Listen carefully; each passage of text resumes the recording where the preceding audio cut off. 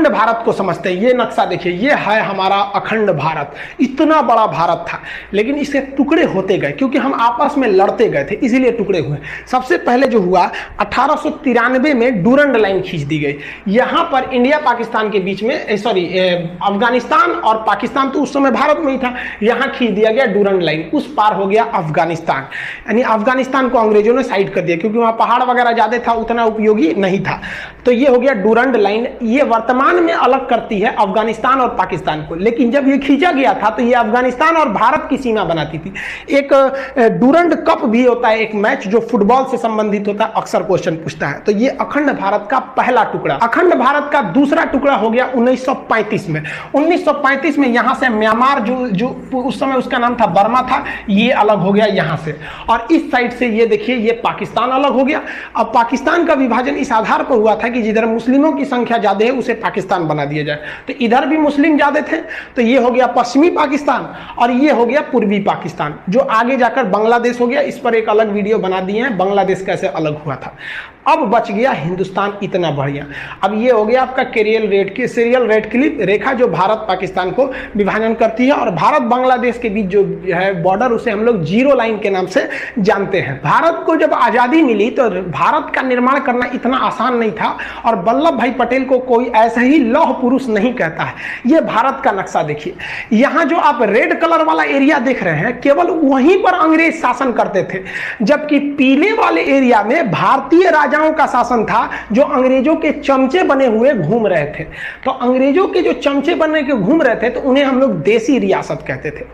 तो जब देश आजाद हुआ तो भारत में कई देसी रियासत थे। तो अंग्रेजों ने कहा कि देखिए भाई साहब, ये जो मेरा ब्रिटिश वाला एरिया है हम तो आपको दे ही देंगे, लेकिन उन्होंने इस पीले वाले क्षेत्र से कहा कि आप या तो पाकिस्तान में मिल जाइए या तो भारत में मिल जाइए। आपका मन तो आप स्वतंत्र राज्य भी बना सकते हैं, एक देश भी बना सकते हैं।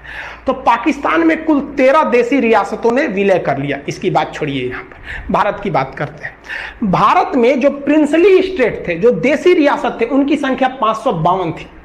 इन 552 राज्यों को मिलाकर एक फेडरेशन बनाना संभव नहीं था, क्योंकि फेडरेशन बनाते तो फिर टूट जाते हैं।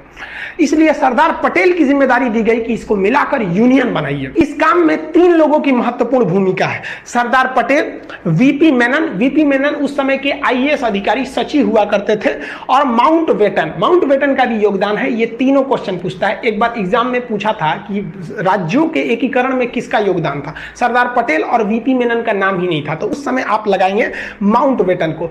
इन तीनों लोगों की ने मिलकर 552 राज्यों को आपस में मिला दिया।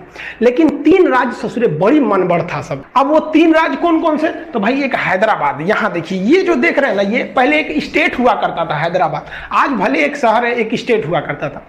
हैदराबाद के राजा का अलग ही डिमांड था, उनको अलग राज्य चाहिए था। अरे भाई साहब, भाई ये अलग देश कहां बनाएंगे बिचुआ में से, यहां से अलग देश के लिए।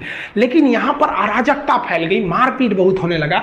तो सरदार पटेल ने चारों ओर से पुलिस भेज दिया। चारों ओर से वो आर्मी थी, पुलिस की वर्दी में गई थी, जिसका नाम दिया गया ऑपरेशन पोलो। ऑपरेशन पोलो के तहत हैदराबाद को में मिला दिया गया। इनके स्वतंत्र देश का सपना हमेशा के लिए टूट गया यहाँ पर। तो ये ऑपरेशन पोलो सफल हुआ। दूसरा ये वाला राज्य था जूनागढ़।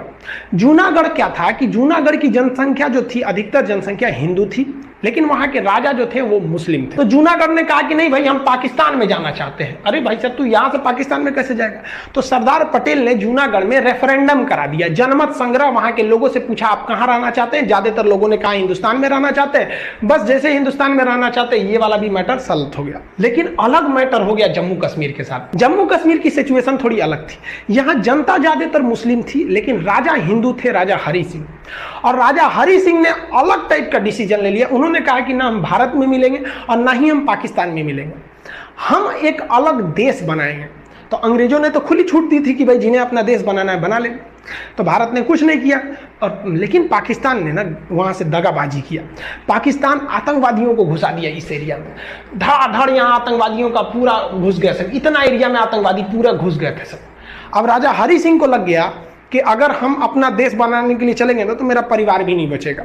तो भागे भागे आए नेहरू जी के पास, है नेहरू जी बचा लीजिए, हमको पाकिस्तान मार रहा है। तो नेहरू जी कहा हाँ एकदम बचा लेंगे हम। सरदार पटेल जी देखिए तो बचाइए इनको। तो सरदार पटेल कहे छोड़ दीजिए ओकरा, बड़का होशियार बनते थे, अलगे देश बनाएंगे, जो देश बनाओ, हमरा कौन चीज घटल है कि हम तोरा बचाने आएंगे, काहे लिए बचाएंगे। तो हरि सिंह ने कहा कि महाराज पटेल जी बचा लीजिए। तो सरदार पटेल ने कहा कि एक के शर्त पे बचीबो, पहले तुम साइन करो किस पर, एनेक्सेशन पर। तो उसने साइन किया इंस्ट्रूमेंटल ऑफ एक्सेशन, मतलब विलय पत्र पर साइन किया 26 अक्टूबर 1947 को कि हम अब भारत में मिल रहे हैं। तो सरदार पटेल ने कहा इन होशियारी हुआ, अब हम सेना भेजते हैं।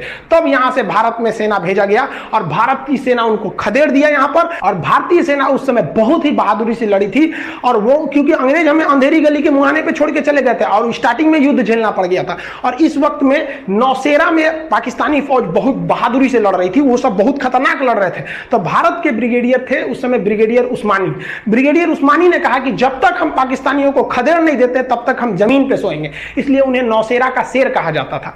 और इनके बदौलत बहुत पूरे भारतीय सैनिक की बहादुरी के बदौलत यहां लड़े।